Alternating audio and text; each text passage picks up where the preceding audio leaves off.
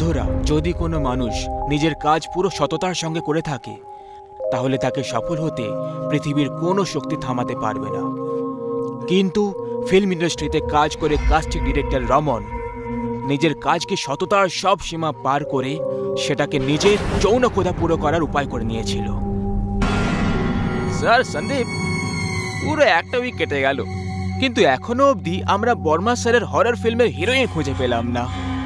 যদি এভাবেই চলতে থাকে না তাহলে এই কাজটা আমাদের হাত থেকে যেতে বেশি দেরি লাগবে না।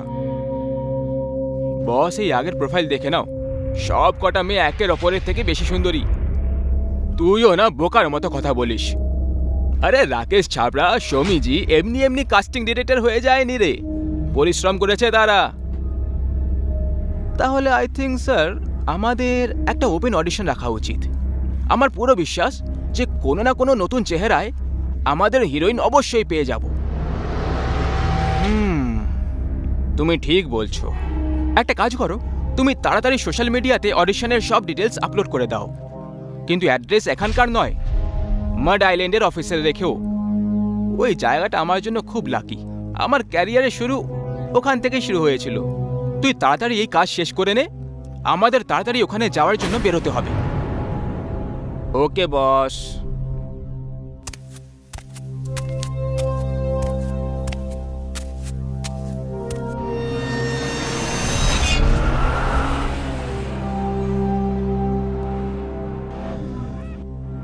রমন আর সন্দীপ মাড আইল্যান্ডের অফিসে পৌঁছে অডিশনে সেট আপ করার কাজে লেগে পড়ে। কাজ শেষ করতে করতে ওদের রাত হয়ে গেল, আর রাত হওয়া মাত্রই দুজন গুরু আর চেলা মদ খাওয়ার জন্য বসে পড়ল। রমন স্যার, আমার মা বলে যে আপনি আমাকে মদ খাওয়া শিখিয়ে আমাকে খারাপ করে দিয়েছেন। তাহলে ঠিক আছে, আজকের পর তুই শুধু দুধ খেয়ে নিবি। আরে এত রাতে কে এসেছে? যা দেখ তো। আগে বলুন। স্যার, আমি ওই ফেসবুকে অডিশনের মেসেজ দেখেছিলাম, 12টার অডিশন, সেই জন্যই এসেছি। আরে বাবা, অডিশনের টাইম রাত 12টার ছিল না, সকাল 12টার সময় হবে। আপনি সকালে আসুন 12টার সময়। দেখুন স্যার, যদি আপনি এখনই আমার অডিশন নিয়ে নেন তাহলে খুব ভালো হবে। আমি অনেক দূর থেকে এসেছি। কত দূর থেকে? নরক থেকে এসেছো নাকি? এরকমটাই ভেবে নিতে পারেন, কিন্তু স্যার প্লিজ অডিশন এখনই নিয়ে নিন না।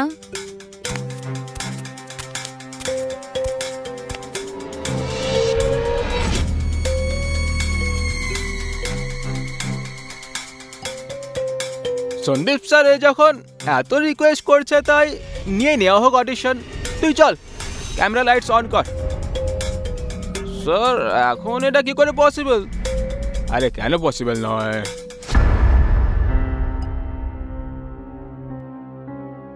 সন্দীপ স্যার, যদি ইচ্ছে থাকে তাহলে সব পসিবল। আপনি এমনিতেও সব কিছু ম্যানেজ করে নেন। আপনি আমার নাম কি করে জানলেন? ব্যাস এমনিই জেনে গেছি। এক্ষুনি আপনি বললেন না যে আপনি নরক থেকে এসেছেন, তাই নরক থেকে যারা আসে তারা সব কিছু জানে, নাম, জন্ম। এইভাবে ঘুরে নাক দেখানোর বদলে তুমি সোজা সোজা বলো যে তুমি আমার নাম কি করে জানতে পারলে, না হলে চলে যাও এখান থেকে। আরে শুনে নিয়েছে হবে আমার মুখ থেকেই তোর নাম, অযথা কেন ইস্যু বানাচ্ছিস? আর্টিস্টের একটু রেসপেক্ট করতে শেখ। চল এবার অডিশনের ব্যবস্থা কর। খারাপ যখন শরীরে রক্ত হয়ে দৌড়তে লাগে তখন মানুষ শয়তান হয়ে যায়। এমনই অবস্থা রমনের ছিল। মাঝ রাতে ছোট কাপড় পরে একটা মেয়ে অডিশন দিতে কি এসেছে, যৌন ক্ষুধা ওর চোখ থেকে পড়তে শুরু করলো। রমন সঙ্গে তার লাভ ওঠানোর মন মানিয়ে ফেলেছিল, কিন্তু ও কি জানতো যে এই অডিশন ওর জীবনের শেষ অডিশন হতে চলেছে। দেখো, তোমাকে এখন আমার 3 অবধি গোনার সাথে সাথে এই ক্যামেরার দিকে পুরো রাগের ভাবে দেখতে হবে, এমন ভাবে যেমন ভাবে কোনো ডাইনি নিজের শিকারকে দেখে। So 1 2 3 and action. এবার তুই জ্যান্ত বাঁচবি না। প্রত্যেকটা পাপ মানুষের সামনে ঘুরে ফিরে আসে। আরে বাহ, ডায়লগ না পাওয়া সত্ত্বেও এত রিয়েলিস্টিক ডায়লগও বলে দিলে, খুব ভালো। Thank you sir. এটাকেই রিয়েলিস্টিক অ্যাক্টিং বলা হয়, বড় বড় হিরোইনরাও করতে পারে না। Mind blowing. সন্দীপ, কাল অডিশন ক্যান্সেল করে দে, এখন আর অডিশন নেওয়ার কোনো দরকার নেই। হ্যাঁ, আর হ্যাঁ, ডাইরেক্টর বর্মাকে কল করে বলে দে যে তার হিরোইন খুঁজে পেয়ে গেছি। কি নাম জানো তোমার?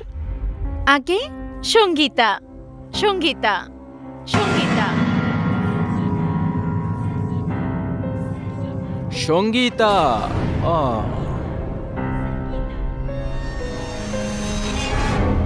স্যার, কোথায় হারিয়ে গেলেন? না কিছু না, তোমার নাম শুনে কিছু কথা মনে পড়ে গেছিল। সন্দীপ, তোর কি মনে হয়, কেমন লাগলো? ভালো অডিশন ছিল স্যার, আমার খারাপ বিহেভিয়ারের জন্য very sorry Sangeeta ma'am. It's ওকে।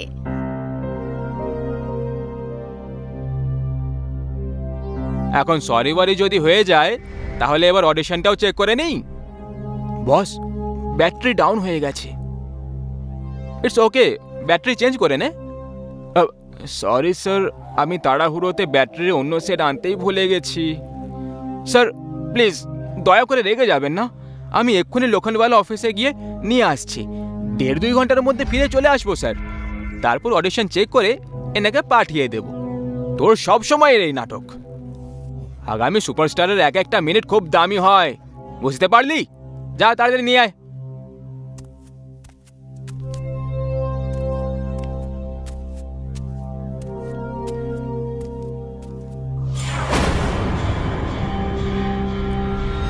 আমরা মনে করি যে সময় পেরিয়ে যায়, সেটা পেরিয়ে যায় আর কখনো ফিরে আসবে না, কিন্তু এরকমটা মোটেই হয় না। সময় এমন একটা চাষের নাম যেটা প্রত্যেক পেরোনোর সময় আমরা নিজেদের হাতে জমিতে পুঁতে থাকি, আর একটা সময় পর নিজের কর্মের ফসল আমাদেরকে নিজেকেই কাটতে হয়। আজকে রমনের কর্মের ফসল কাটার সময় এসে গেছিল। অ্যাকচুয়ালি মুভিতে তোমার ক্যারেক্টার খুবই বোল্ড আর স্ট্রং। এই হরর মুভিতে হিরোইন নিজের মৃত্যুর প্রতিশোধ নিচ্ছে, একটু এক্সপোজও করতে হবে। আপনার কোনো প্রবলেম নেই তো? না স্যার, আমার কোনো প্রবলেম নেই। আজকাল তো এইসব কমন ব্যাপার। যদি কোনো কম্প্রোমাইজ করতে হয় তখন? চিন্তা করো না রমন, আমি কম্প্রোমাইজ করার জন্য তৈরি আছি। শুধু একবার বলে দাও যে গতবারের মতো এইবার আমাকে ইউজ করার পর তুমি আমাকে মারবে না। কে তুমি? বললাম তো, আমার নাম সঙ্গীতা, সেই সঙ্গীতা যাকে তোমরা এই বাংলোতেই জ্যান্ত পুঁতে দিয়েছিলে। এসব কি আর কি করছো? ক্যারেক্টার থেকে বাইরে এসো সঙ্গীতা। অনেক বছর ধরে, কবে থেকে পালন করছি আমি এই ক্যারেক্টারকে স্যার। এত সহজে কি করে বাইরে চলে আসবো? এটাই তো আমার আসল ক্যারেক্টার। আরে আরে আরে, তোমার চেহারায় কি হয়ে যাচ্ছে? আরে সেরকমই হয়ে যাচ্ছে যেমনটা তুই করেছিলি এখানেই, এই জায়গাতেই। তুই আমাকে জ্যান্ত পুঁতে দিয়েছিলি না? এখন আমি তোকে এখানে পুঁতে দেব। এখানে একা থাকতে থাকতে আমি বোর হয়ে গেছি রমন। তুই থাকলে একটু মজা পাবো। না না, এটা হতে পারে না। তুমি তো মরে গেছিলে, তাহলে তুমি এখানে কি করে চলে এলে? যখন প্রতিশোধের রাগ আকাশটাকে চিরে দেয় না রমন, তখন মৃতরাও আবার ফিরে আসে। না সঙ্গীতা, প্লিজ আমাকে ক্ষমা করে দাও। আমি খুব বড় ভুল করে ফেলেছি, আমার এরকম করা উচিত হয়নি। ক্ষমা করে দাও প্লিজ, প্লিজ আমাকে ক্ষমা করে দাও। তোর মতো লোকের হাতে মরে যে মেয়েরা ডাইনি হয়ে যায়, ওদের কাছে ক্ষমা নয়, মৃত্যু হয়, মৃত্যু। আজকের আমার এই অডিশন তোমার জীবনের শেষ অডিশন ছিল রমন। এখন তুই অডিশন নেওয়ার নাম করে কোনো মেয়ের ধর্ষণ করতে পারবি না। না না, প্লিজ আমাকে মেরো না, প্লিজ আমাকে মেরো না। জীবনে একটা কথা সবসময় মনে রেখো বন্ধুরা, খারাপ কর্মের যে বীজ আমরা পুঁতে থাকি তার ফসল এই জন্মেই আমাদের কেটে যেতে হয়। সন্দীপ এই খারাপ কাজ থেকে দূর ছিল, সেই জন্য বেঁচে গেছে। কিন্তু আপনারা ভুলেও কোনো মেয়েকে ধর্ষণ করবেন না, আর না ধর্ষণ হতে দেখবেন, নইলে সঙ্গীতা আজও এখানেই আছে আমাদের সবার মাঝে।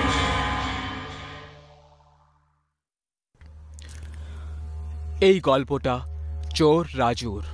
ও প্রত্যেক রাতে চুরি করে বেড়াতো, কিন্তু রাত তো সবারই হয়, ওর সাথে ওই রাত অন্য কারোর ছিল। রাত ছিল, কিন্তু পূর্ণিমার রাত ছিল না। চোর রাজু একটা ঘরের জানলা খোলার চেষ্টা করছিল। ওর পিঠে একটা ব্যাগ ঝোলানো ছিল। ঘরের চারিদিকে বারান্দা আর বাউন্ডারি ছিল। রাজু এই কাজটা একটা লোহার লাঠি দিয়ে করছিল, যেটা ও জানলার নিচের দিক দিয়ে ভেতরের দিকে করে রেখেছিল। রাজু একটা জোরে হাত মারে আর ভেতর থেকে একটা জানালা খুলে যায়। রাজু এদিকে ওদিকে দেখে আর ভেতরে ঝাঁপ দিয়ে দেয়। ভেতরে আসা মাত্রই রাজু জানালা বন্ধ করে দেয়। নিজের ব্যাগ থেকে একটা কালো কাপড় বের করে, তারপর সেটা জানলার উপর রেখে দেয় আর টর্চ জ্বালিয়ে নেয়। কাপড় ঝোলানোর কারণটা এটাই যে যাতে বাইরে আলো না যায়। রাজু যখন কোথাও কিছু পেল না, তখন ও হতাশ হয়ে যায়। আজকের দিনটাই খারাপ যে এই অভাগা ঘরে চুরি করতে এসেছি, কিছুই নেই এখানে। রাজু সিগারেট বার করে আগুন ধরাতে লাগলো। জ্বালানোর জন্য লাইটারের ইউজ করে। চল ভাই রাজু, অন্য কোনো ঠিকানা খুঁজতে হবে। এরই সাথে রাজু কাপড় খুলে দেয়, তারপর ব্যাগে রেখে দেয় আর জানলা খুলে দেয়, কিন্তু জানলা আর খুলল না। এই জানলাটা খুলছে না কেন? রাজু আরো চেষ্টা করতে লাগলো, লোহার লাঠি দিয়ে খোলার চেষ্টা করতে লাগলো। কে কে আছে ওখানে? কে? হাসার আওয়াজ শুনে রাজু খুব গুরুতরভাবে ভয় পেয়ে যায়। রাজু চারিদিকে টর্চ মেরে দেখে, তখনই একটা অদৃশ্যমান ফোর্স ওকে দ্রুত গতিতে রুমের ভেতরে টেনে নিয়ে যায়। রুমে যাওয়া মাত্রই রুমটা তক্ষুনি বন্ধ হয়ে যায়। রাজু খুব বেশি ভয় পেয়ে যায়। রুমে আসা মাত্রই ওই ফোর্স ওকে ছেড়ে দেয়।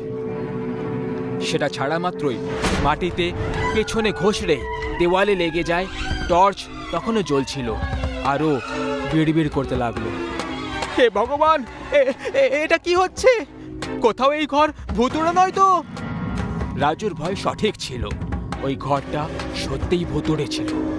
ওই ঘরে একটা আত্মার রাজত্ব ছিল, যে বছর ধরে ওই ঘরে কারো আসার অপেক্ষা করছিল। সেই রাতে তার অপেক্ষা পুরো হয়ে গেছিল। রাজু বারবার রুমে ভয় পেয়ে এদিকে ওদিকে টর্চ মারছিল। দেখো দেখো, তুমি চেকো হও, প্লিজ আমাকে যেতে দাও। আমি কথা দিচ্ছি আজকের পর আর কখনো আসবো না এখানে। তখনই ওখানে একটা মেয়ে এসে প্রকট হয়, যে সাদা কাপড় পরে রয়েছিল, একদম যেন কোনো মৃতদেহ শুকিয়ে গেছে। রাজু তাকে দেখে খুব জোরে চিৎকার করে ওঠে। ভয় পাওয়ার আর চিৎকার করার কোনো দরকার নেই। আমি তোকে ছেড়ে দেব, শুধু তুই আমার দুটো কাজ করে দে। তুমি যা বলবে আমি তাই করব, আমাকে যেতে দাও ব্যাস। প্রথম কাজ, তোমাকে এই লোকটাকে যে হোক করে আনতে হবে, আর দ্বিতীয়, এই মহিলাটাকে এখানে ডাকতে হবে। ঠিক আছে ঠিক আছে, আমি নিয়ে আসছি। পেতনি রাজুকে দুটো ফটোগ্রাফ দিয়ে দেয়। লোকটার ফটোর পেছনে তার অ্যাড্রেস লেখা আছে, আর মহিলাটার ছবির পেছনে তার ফোন নাম্বার লেখা ছিল। দাঁড়াও, তুমি এদেরকে আনতে যেতে পারো, কিন্তু তোমার আসা পর্যন্ত তোমাকে তোমার জায়গায় কোনো কাছের মানুষকে ছেড়ে যেতে হবে। যদি এরকম না করো তাহলে তুমি এখান থেকে কখনো যেতে পারবে না। ফোন কর। রাজু কিছুই বুঝতে পারছিল না যে ও কি করবে। শেষে ও ফোন লাগালো। হ্যালো রিয়া, চোর রাজুর সব থেকে কাছের মানুষ ওর স্ত্রী ছিল, সেই জন্য ও তাকেই ডেকে পাঠালো।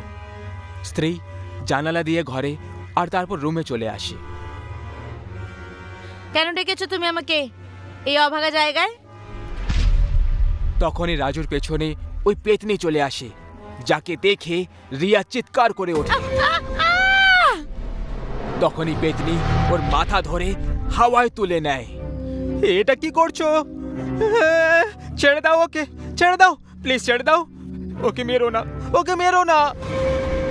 চিন্তা করিস না, শুধু এটাই দেখছিলাম যে তুই যাকে এখানে ছেড়ে যাচ্ছিস সে সত্যি তোর খুব কাছের কি না।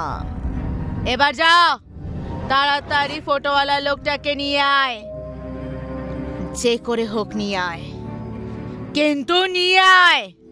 আর ওই মহিলাকে ফোন করেই ডেকে নিবি, সে আমার মা। এই ঘরের কথা বললে সে অবশ্যই আসবে। পেতনি ছেড়ে দেয়, রিয়া অজ্ঞান হয়ে যায়। ঠিক ঠিক আছে, যেমনটা তুমি বলবে আমি তেমনটাই করব। তুমি শুধু প্লিজ আমার ওয়াইফকে কিছু করো না, আমি এখনই যাচ্ছি। তখনই দরজা খুলে যায় আর ওখান থেকেই জানালাও খুলে যায়। রাজু পাগলের মতো মাঝরাতে ওই লোকটার ঘর খুঁজে বেড়াচ্ছিল। রাজু ফটোতে লেখা অ্যাড্রেস দেখে লোকেদের ঘরের নম্বর চেক করে। ফটোর পেছনে সুন্দরনগর 12/48 লেখা ছিল। একটা জায়গায় টর্চ মেরে দেখে সেখানে 12/36 লেখা ছিল। একটু আগে এগিয়ে যায়, আবার টর্চ মেরে দেখে ওখানে 12/48 লেখা ছিল। তার সাথে লেখা ছিল রামনিবাস।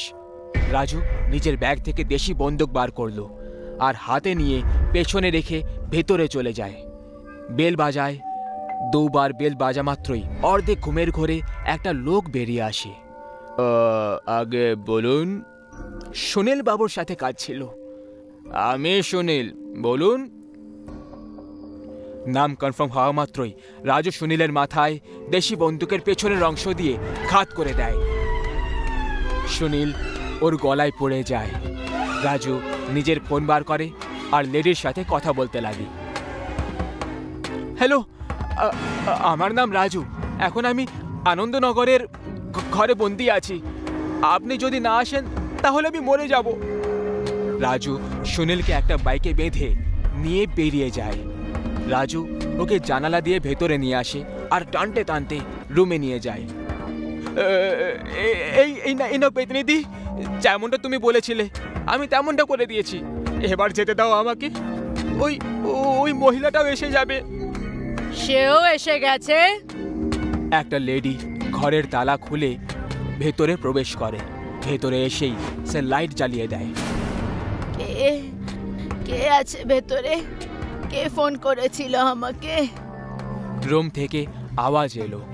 মা, আমি ডেকেছি তোমায়, আমি নিজেরই রুমে আছি মা। আওয়াজ শুনে মা অবাক আর হতপ্রভ হয়ে যায়। সে দৌড়ে দৌড়ে ওই রুমে চলে যায়। নীলু। রুমে সে রাজু, তার অজ্ঞান হওয়া স্ত্রী আর সুনীলকে দেখতে পায়। ওখানে পেতনিও দাঁড়িয়েছিল। নীলু নাম নেওয়া মাত্রই পেতনি একটা সুন্দর মেয়েতে বদলে যায়। হ্যাঁ মা, আমি তোমার নীলু। তুই কোথায় চলে গেছিলি সোনা? কত খুঁজেছি আমি তোকে।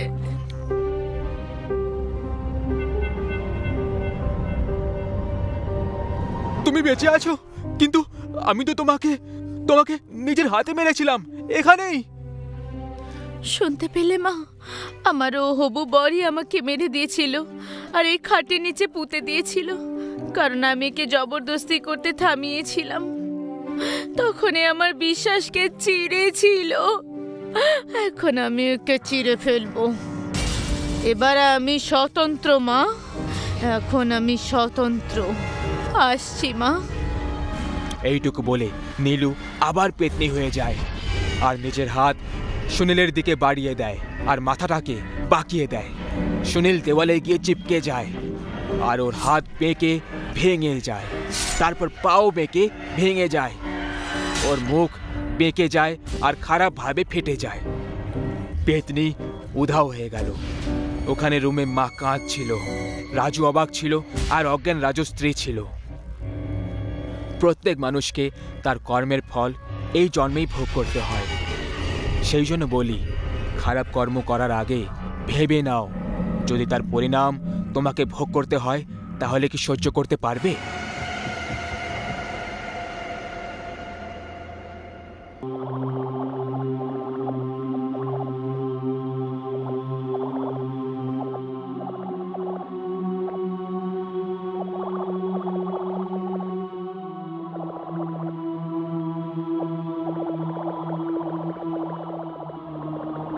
রিয়া মামনি, এবার এই খেলা বন্ধ করো আর পড়তে বসো। ধাক্কা লেগে কিছু ভেঙে যেতে পারে। আমি খাবার বানিয়ে নিয়ে আসছি। না মা, আমি এখন খেলতে চাই। এখানে নয়তো বাইরে গিয়ে খেলে নেব। আমি বললাম না এখন আর খেলা নয়, চলো পড়তে বসো। না, আমি এখন খেলতে চাই তো খেলতে চাই। অনেক জেদি হয়ে গেছো তুমি রিয়া। ঠিক আছে যাও, কিন্তু একটা শর্তে। প্রথম, যে তুমি ঘর থেকে দূরে যাবে না। আর দ্বিতীয়, কোনো অজানা লোক বা গাড়ি যদি গলিতে আসে তাহলে তখনই তুমি ঘরের ভেতরে চলে আসবে। বলো, প্রমিস করছো? আগে তুমি বলো যে তুমি এমন প্রমিস কেন করতে বলছো? কারণ বাচ্চা চুরি করা খারাপ লোকেরা শহরে ঘোরাঘুরি করছে, যারা লোভ দেখিয়ে বাচ্চাদের তুলে নিয়ে চলে যায়। সেজন্য তুমি প্রমিস করলে তবেই তোমাকে ঘরের বাইরে যেতে দেব। বলো, প্রমিস করবে কি না? প্রমিস।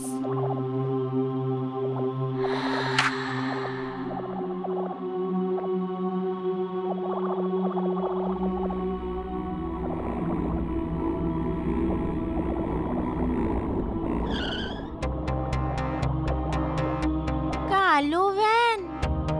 কালো ভ্যান তো আমাদের এলাকায় কারুর নেই। মানে এটা কোনো অজানা লোকের গাড়ি।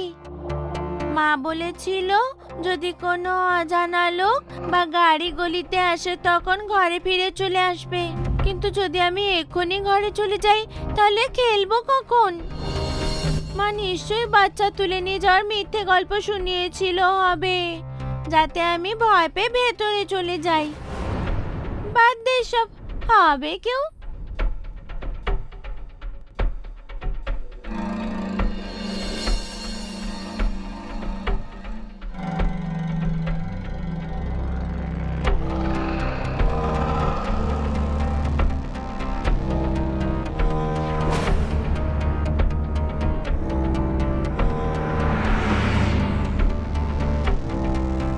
কি মনে হয় তোর, কত পাওয়া যাবে এই মেয়েটার বদলে? আমি 10-12 বছরের মেয়ে, 2 লক্ষ তো নিশ্চয়ই পেয়ে যাব। মুন্না, কতদিন আর এই 2-3 লক্ষের পেছনে পড়ে থাকবো? এবার একটু অন্য কিছু করা যাক। একে বেশ্যালয় বেচার বদলে একে কোনো খারাপ ডাক্তারকে বেচে দিই। কিডনি, চোখ, কান, লিভার মিলিয়ে অন্তত 10 লক্ষ তো সহজেই পাওয়া যায়। তুই কি করে জানলি?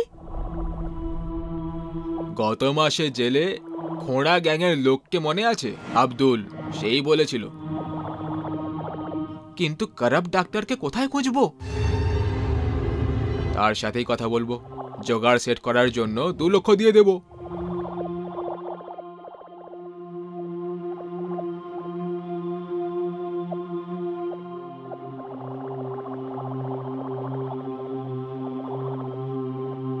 রিয়া, এসে গেলে হাত মুখ ধুয়ে নাও, খাবার তৈরি হয়ে গেছে।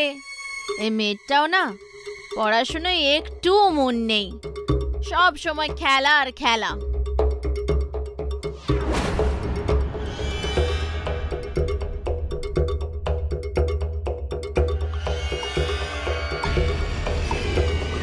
আরে, এই চুড়ি তো আমার রিয়ার। রিয়া!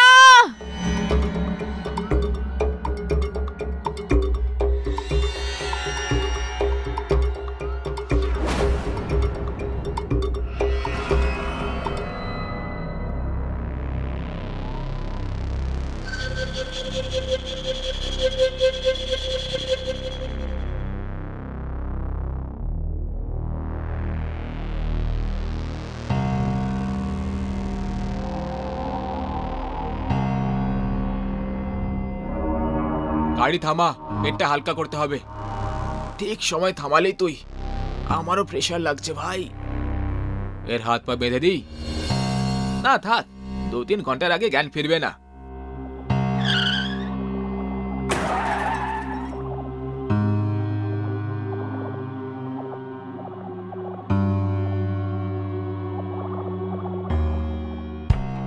আরে ও পালিয়ে যাচ্ছে, ধর ওকে।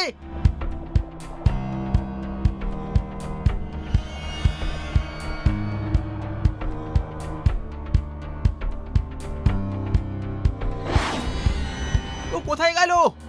শালা, আমি আগেই বলেছিলাম মেয়েটার হাত পা বেঁধে দে। আরে তুই বেঁধে দিতিস, জিজ্ঞেস করলি কেন? আওয়াজ করলে ওরা জানতে পেরে যাবে। মনে হয় আমাদের বুদ্ধু বানিয়ে গেল বাচ্চাটা। যে ক্ষতিটা হলো সেটার এখন কি করব? দেখ, এ নয়তো অন্য কোনো বাচ্চাকে তো পেয়েই যাব। মা বাবার কথা এড়িয়ে দিয়ে খালি জায়গায় যারা খেলতে আসে, যাদের আমাদের মতো অজানা কিডন্যাপারদের কাছে আসতে কোনো সমস্যা থাকে না। আরে গ্রামের লোকেরা জমিতে বোতল নিয়ে আসতে হবে, আমাদের দেখে ফেললে মুশকিল হয়ে যাবে। চল এখান থেকে।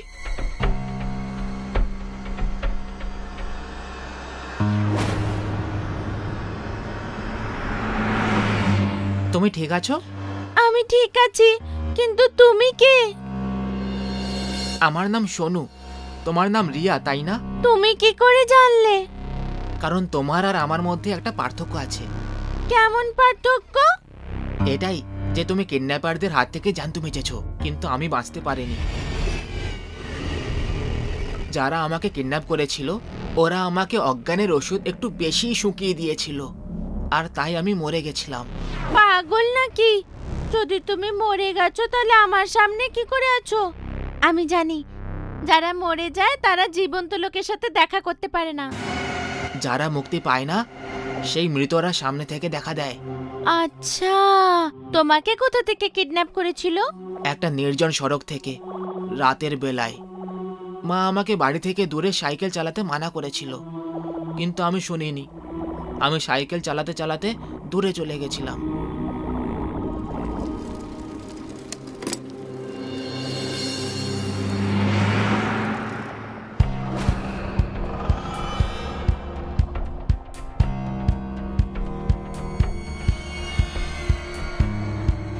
ভাই, বাচ্চা তো নিঃশ্বাসই নিচ্ছে না, এ তো মরে গেছে।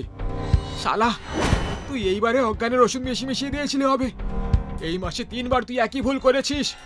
এভাবেই চলতে থাকলে আমাদের ব্যবসা বন্ধ হয়ে যাবে একদিন। ফেলে দে ওকে বাইরে, আর সাইকেলটাও ফেলে দে।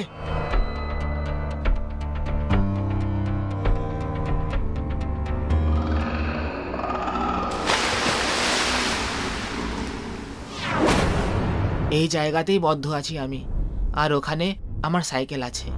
তুমি ওটা নিয়ে যাও। তোমার মা তোমার জন্য খুব কাঁদছে। তুমি কি করে?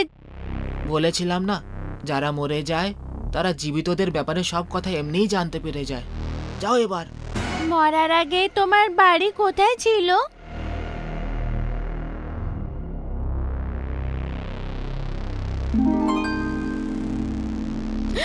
কোথায় চলে গেল আমার মেয়ে? মা, রিয়া, তোকে কোথায় কোথায় খুঁজিনি আমি। সরি মা, এখন থেকে আমি তোমার সব কথা শুনবো আর তোমার শিক্ষা মেনে চলবো। ঠিক আছে রিয়া, ঠিক আছে, কিন্তু তুই কোথায় চলে গেছিলি? আমাকে কিডন্যাপ করে নিয়েছিল মা, কিন্তু সোনু আমাকে বাঁচিয়ে নিয়েছে। সোনু কে রিয়া? আপনি কে? আন্টি, আমি জানি সোনু কোথায় আছে।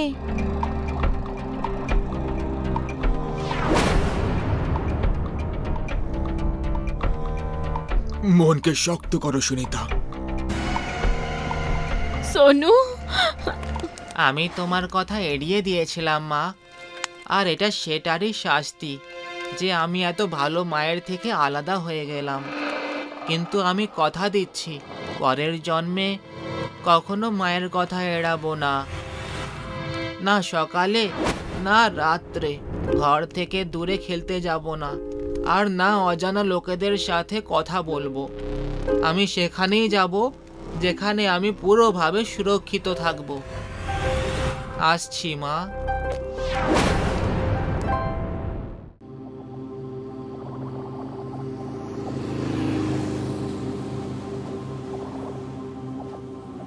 জয়, বাইক দাঁড় করাও। কি হয়েছে? দাঁড়াও না। আরে বলো আগে। উফ বাবা, তুমি দাঁড়াও না। তুমি জানো এখানে পাশেই একটা ভালো কুলের গাছ আছে, সেই কুলগুলো কিন্তু খুব মিষ্টি। চলো না কটা কুল পেরে নিয়ে তারপরে যাই। আরে বাবা, এত রাতে এই সমস্ত কাজ কে করে? যদি জন্তু জানোয়ার চলে আসে? আমরা কাল সকালে আসবো। কাল না, আমি আজকে এক্ষুনি পারবো। ওকে বাবা, লেটস গো।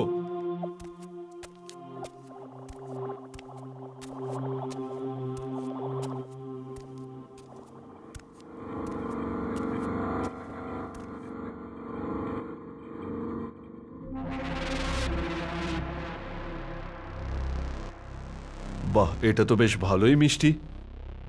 আহ, কি হলো? কাঁটা ফুটে গেছে। দেখি আমি।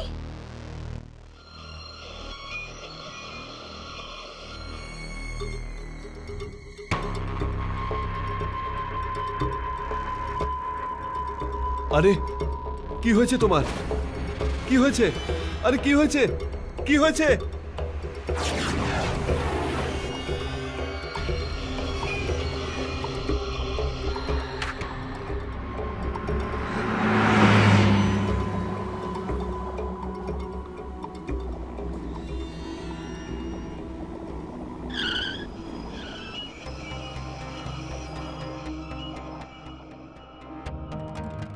বাঁচাও, বাঁচাও, ভূত, ভূত, বাঁচাও,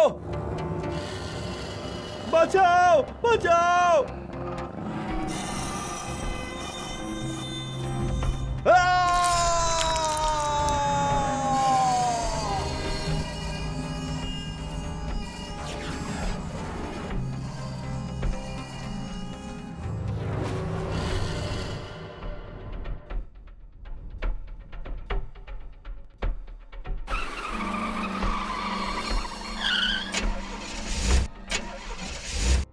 হ্যালো, মন্টু মেকানিক। আমার গাড়ি ব্যাংক ম্যানেজার শ্যামবাবুর বাড়ির সামনে বন্ধ হয়ে গেছে। হ্যাঁ, ঠিক আছে, ঠিক আছে, ঠিক আছে, আমি লোকেশন পাঠাচ্ছি।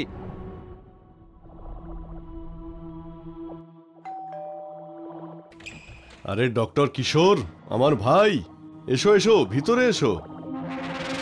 হ্যাঁ বলো বলো, হঠাৎ আজকে আমার বাড়িতে কি মনে করে এলে? আরে কিছু না শ্যাম, আসলে আমি বাড়ি যাচ্ছিলাম, কিন্তু আপনার বাড়ির সামনে আমার গাড়িটা খারাপ হয়ে গেল, তাই এখানে চলে এলাম। তার মানে গাড়িটা খারাপ না হলে তোমার বন্ধুর বাড়িতে তুমি আসতে না? সেরকম কিছু নয় বন্ধু। তাহলে ব্যাপারটা কি? তোমাকে দেখে চিন্তিত মনে হচ্ছে, কি হয়েছে তোমার?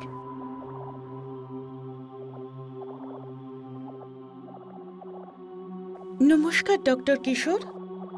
আরে অঞ্জলি বৌদি, আপনিও? ডক্টর আমি অন্যদের কাছে, আপনাদের কাছে তো আমি শুধুমাত্র কিশোর। সো প্লিজ আপনারা আমাকে কিশোর বলেই ডাকুন। আরে ভাই, আমরা ডাক্তারকে ডাক্তার বলবো না তো কি কম্পাউন্ডার বলবো? কি অঞ্জলি? একদম ঠিক বলেছ তুমি। ওকে বাবা, ওকে। আপনারা জিতেছেন, আমি হেরে গেছি। আপনাদের যা বলার আপনারা বলুন।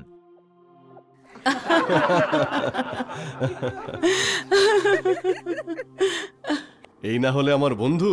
তবে কিশোর, আমি আর অঞ্জলি তোমার ওপর খুব রেগে আছি। কেন? কেন মানে কি? তুমি আমাদের সঙ্গে দেখা করতেই আসো না। তুমি শুধু ফোন করলেই বলো আজকে যাব, কালকে যাব। কি কি বলি বলুন তো, যবে থেকে আমি সিনিয়র ডক্টর হয়েছি অন্যদের সাথে দেখা করা তো দূরস্থ, ঠিকমতো খাওয়া দাওয়া করারও সময় পাচ্ছি না। তার উপর আবার অপারেশনের এত কেস, একটুও সময় নেই। বাবা, মা।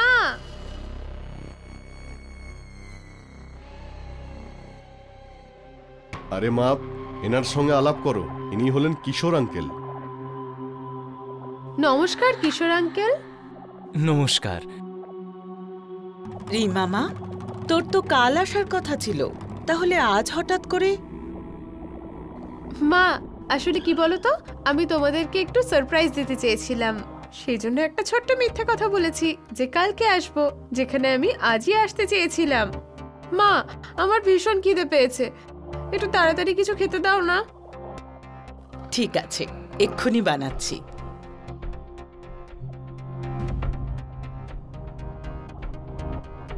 শ্যাম, এই মেয়েটিকে? আপনার মেয়েকে তো ছোটবেলায় আপনি আর অঞ্জলি বৌদি মেরে দিয়েছিলেন, তাই না? না ভাই, আমাদের সাহস হয়নি একটা ছোট্ট মেয়েকে মেরে ফেলার। শ্যাম, আপনারা সেদিন এই মেয়েটিকে না মেরে খুব বড় ভুল করে ফেলেছেন। কিন্তু ভাই, কাউকে মেরে ফেলাও তো পাপ। হ্যাঁ, কিন্তু শয়তানকে মারা কোনো অপরাধ নয়। দেখো, ও হলো আমার আর অঞ্জলির একমাত্র মেয়ে, আমাদেরই রক্ত, আর মা বাবা নিজের মেয়েকে কি করে মারতে পারে? এটা ভুলে যাবেন না, ও আপনাদের মেয়ে হওয়ার আগেও একটা শয়তান বেড়াল। ভুলে গেছেন? ও জন্মাবার আগে আপনার বাড়ির আশেপাশে দিন রাত বেড়াল ঘুরে বেড়াতো, বেড়াল কাঁদতো। তখন আমিই তো বলেছিলাম যে বেড়ালদের 9টা জীবন হয়, কিন্তু কোনো বেড়াল যদি তার আগের 8টা জীবন সে সম্পূর্ণভাবে কাটিয়ে ফেলতে পারে, আর সেই সময় সে যদি অসুস্থ হয়ে কিংবা অ্যাক্সিডেন্টে না মারা যায়, তাহলে তার শেষ জন্ম মানে 9ম জীবন একজন মানুষ হিসেবে সে কাটায়।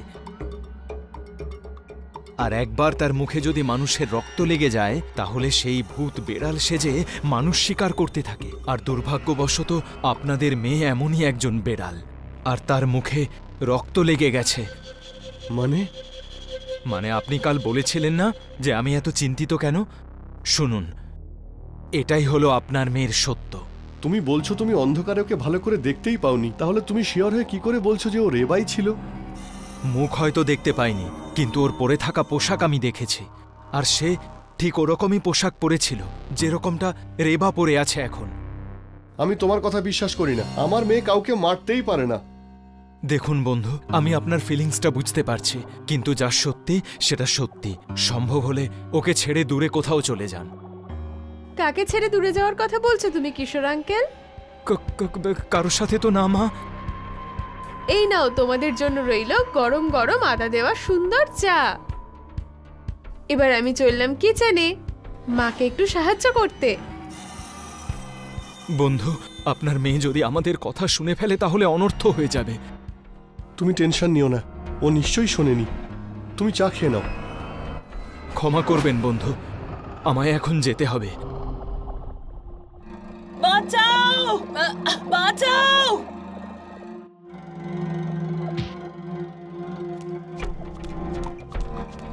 ভয় পেও না অঞ্জলি, আমি এসে গেছি। রেবা মা, ও তোমার মা, আর আমি হলাম তোমার বাবা। মা, তোমার মাকে তুমি ছেড়ে দাও, ছেড়ে দাও ওকে। শ্যাম, ও এখন আপনার কথা শুনবে না। ও মানুষের রক্তের স্বাদ পেয়ে গেছে, ওর এখন শুধুমাত্র রক্ত চাই, সে যেই হোক না কেন। অঞ্জলি, আমার মেয়ে নিজের মাকেই মেরে ফেলেছে। শ্যাম, আপনি নিজেকে সামলান, এখন কান্নার সময় নয়। আজ যদি আপনি দুর্বল হয়ে পড়েন, তাহলে এই ভূত বেড়াল সবাইকেই মেরে ফেলবে। তাই প্লিজ আমাকে বলুন, ওই মন্ত্রপুত হাতিয়ার যেটা আমি ওকে মারার জন্য দিয়েছিলাম সেটা কোথায়? ওটা ওই হলের মধ্যে দেওয়ালে একইভাবে রাখা আছে।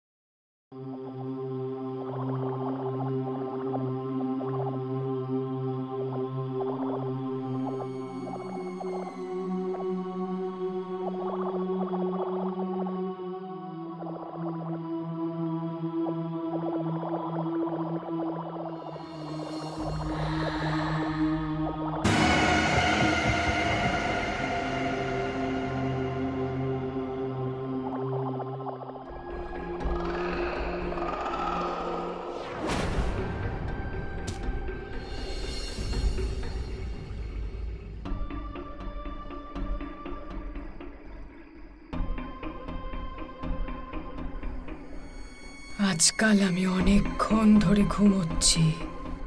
এরকম চলতে থাকলে তো আমার আলুর ক্ষেত নষ্ট হয়ে যাবে। তাড়াতাড়ি গিয়ে জল দিয়ে আসি।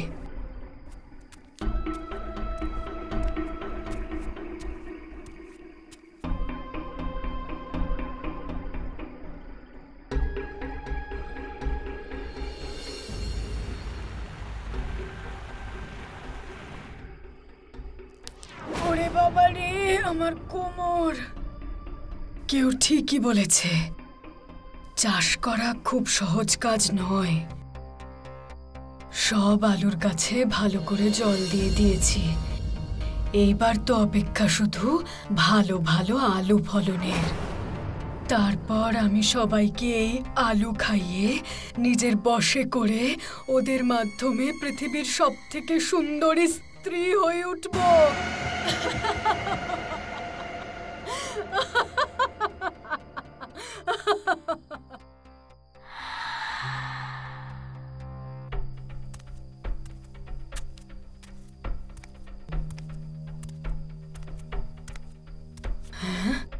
আমি তো ফসলে জল ভালো করেই দিয়েছি, আলুতে যেন সেগুলো ভালোভাবেই যায়।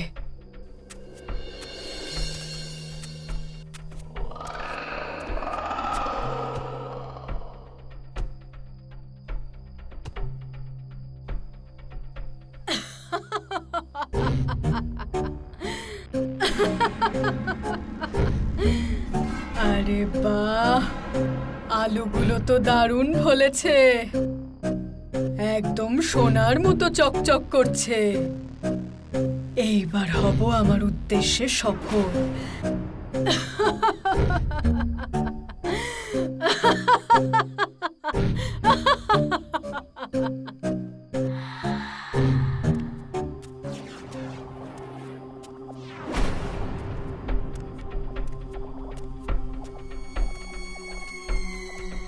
আলু নেবে?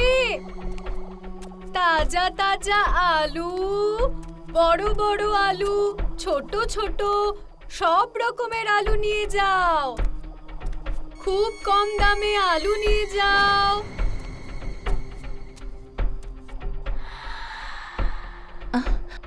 এত রাতে আবার কে আলু বিক্রি করছে? আলু নিয়ে যাও, আলু। জঙ্গলে পাবে পুরনো ভাল্লুক, আর আমার কাছে পাবে তাজা আলু। আরে দিদি, তুমি এত রাতে আলু বিক্রি করছো? কি করব বৌদি, আমাদের ডাইনিদের মানে আমি বলছি আমাদের মতো গরিব যারা, তাদের তো রাতেই সময় হয়, তাই না? ও আচ্ছা, কত টাকা কিলো? 50 টাকায় 4 কিলো। কিন্তু আমার কাছে তো 50 টাকা নেই। যত আছে তাই দিয়ে দাও। দিয়ে তো দিতাম, কিন্তু আমার কথায় কিছু মনে করো না। তুমি আলু বেশি দামে বিক্রি করছো। কি বৌদি, তোমার বেশি মনে হচ্ছে, তাহলে 25 টাকা দিয়ে দাও। তুমি খুশি থাকো, ব্যাস। 25 নয়, পুরো 20 টাকা দেব। যদি দিতে চাও দাও, না হলে তুমি তোমার আলু নিয়ে চলে যাও। বলো কি বলছো? কি আর বলবো বৌদি, আমার তো তোমার ব্যবহার খুবই ভালো লাগছে। তুমি এক কাজ করো, তুমি 20 টাকায় 4 নয় 5 কিলো নিয়ে যাও।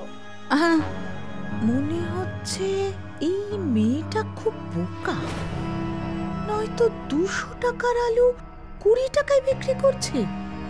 যাক, আমার কি, ওর মন বদলে যাওয়ার আগেই আমি আলুটা নিয়েই নি।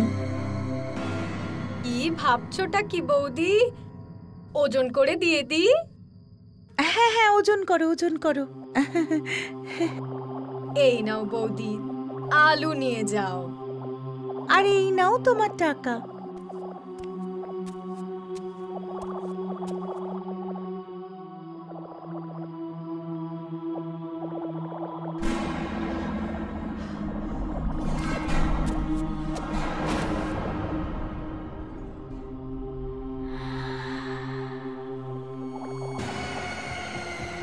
মোহন আজ আলুর তরকারি বানাতে বলেছে।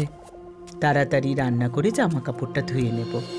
হে ভগবান, বাড়িতে তো একটাই আলু আছে, এই একটা আলু দিয়ে কি করে রান্না করব? বাজার যেতে আসতে অনেক সময় লাগবে। আজ তো ও খুব রাগ করবে আমার ওপর। কি করব, কি করি? শালুকে জিজ্ঞেস করি, যদি ওর কাছে আলু থাকে তাহলে কাজ হয়ে যাবে। শালু, শালু, একবার শোনো তো। শালু, শালু, শালু। দরজা তো খোলা, তাহলে বাইরে আসছে না কেন? মনে হচ্ছে বাথরুমে আছে। আরেকবার ডাকি, শালু। ভেতরে গিয়ে দেখি বড়। আরে শালু, আমি কতক্ষণ ধরে ডাকছি, কিন্তু তুমি এত মন দিয়ে টিভি দেখছো যে আমার ডাকে সাড়াই দিলে না। সরি মালা, আমি শুনতে পাইনি গো। কি চাই তোমার? আরে মোহন আজকে আলুর তরকারি রান্না করতে বলেছিল। বাড়িতে আলু শেষ হয়ে গেছে। তোমার কাছে আলু আছে? শালুর কাছে সবসময় আলু থাকে। আমি একটু বেশি করেই আলুর তরকারি বানিয়েছিলাম। তুমি ওটাই নিয়ে যাও, তোমার সময়ও নষ্ট হবে না। আরে এটা তো খুব ভালো ব্যাপার। থ্যাংক ইউ শালু। শালুর আলুর জন্য নো থ্যাঙ্কস। তবে তরকারিটা নিয়ে যাওয়ার আগে একবার খেয়ে বলো কেমন হয়েছে। শালু, তরকারি তো খাবো, তবে একটা কথা বলো, তোমার চোখে কি হলো? কিচ্ছু নয়, আসলে জয় বাংলা হয়েছে।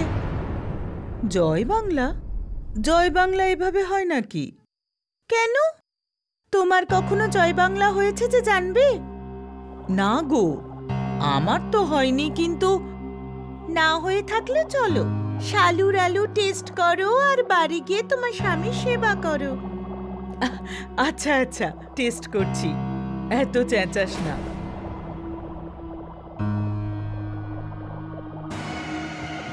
শালুর আলু, ডাইনির ভালু সব এক, আমরা সবাই এক। মালা, খুব জোরে খিদে পেয়েছে, তাড়াতাড়ি একটু কিছু খেতে দাও আমাকে। আমি তো তোমাকে একটু আগেই রান্না করতে বললাম, রান্না করেছো? তোমার জন্য তো আমি চাঁদ তারা নিয়ে আসবো মোহন। আলুর তরকারি রান্না করা এমন কি ব্যাপার? এই নাও, এই নাও আলুর তরকারি। আরে আরে, রুটিও তো নিয়ে এসো, না হলে শুধু শুধু এটা কিভাবে খাবো? আজ তোমার প্রতিবেশী শালু এমন আলুর তরকারি বানিয়েছে যে এক চামচ খেলে আর কিচ্ছু খেতে হবে না। ওসব তো ঠিক আছে, কিন্তু তোমার এই চোখে কি হয়েছে? আমার চোখে জয় বাংলা হয়েছে। এরপর তুমি বলবে জয় বাংলা তো এরকম হয় না। তখন আমি জিজ্ঞেস করব যে তোমার জয় বাংলা হয়েছে, তুমি তখন আমায় উত্তর দেবে যে হয়নি। তখন আমি তোমায় বলবো যে তোমার যখন জয় বাংলা হয়নি, তাহলে তুমি কি করে জানবে যে জয় বাংলা কেমন হয়? তাহলে কেন এত কথা বলছো? আগে তরকারিটা খাও। আরে আরে, তোমার কি হয়েছে?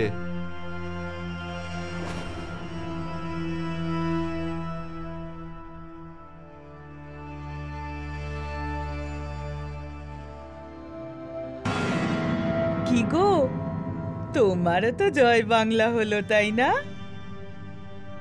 তাহলে বলো, শালুর আলু, ডাইনির ভালু সবাই এক, আমরা সবাই এক।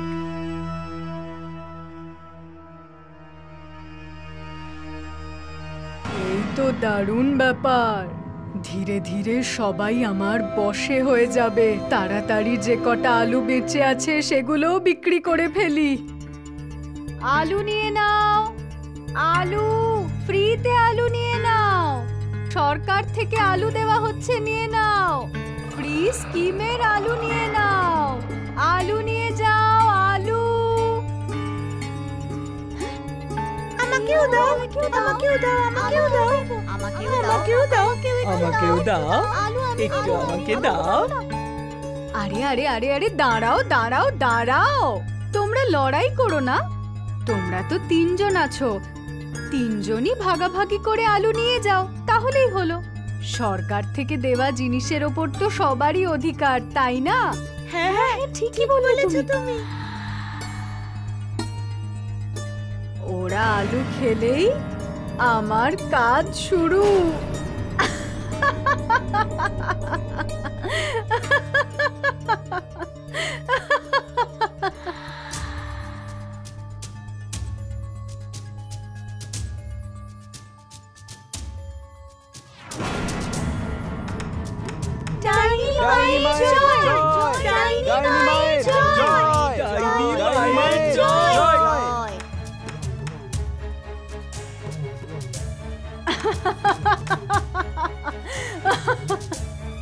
আমার আলু কাজে দিয়েছে, এখন থেকে তোমরা সবাই আমার দাস। এইবার আমি যা বলবো তোমাদের সেটাই করতে হবে। আমি এই পৃথিবীর সবথেকে সুন্দর রমণী হতে চাই, সেই জন্য আমাকে 100 জন পুরুষের রক্ত দিয়ে স্নান করতে হবে। তাহলে যাও, 100 জন তরুণ যুবককে ধরে নিয়ে এসো, যাও। বাঁচাও বাঁচাও বাঁচাও বাঁচাও।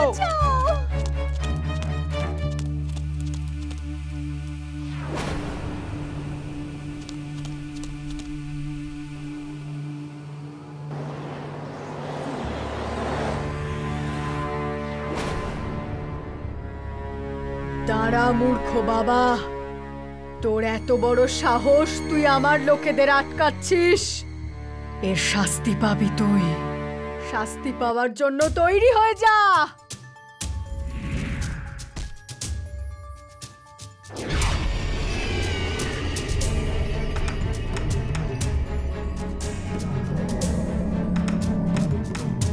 জয় মহাকাল।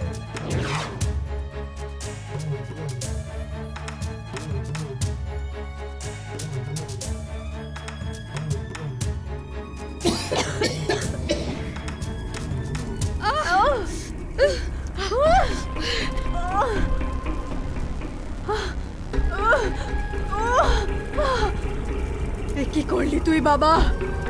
ওদেরকে আমার সম্মোহন থেকে বাইরে বের করে তুই আমার উদ্দেশ্য ব্যর্থ করলি। আর আমার আমার আমার শরীর পুড়ছে কেন? থামা এটাকে, থামা বলছি, থামা, বন্ধ কর। যতক্ষণ মহাকাল এই সাধু বাবার সাথে আছে, কোনো ডাইনি পেতনি ভূত প্রেত কেউ আমার কিচ্ছু করতে পারবে না। জয় মহাকাল। জয় মহাকাল।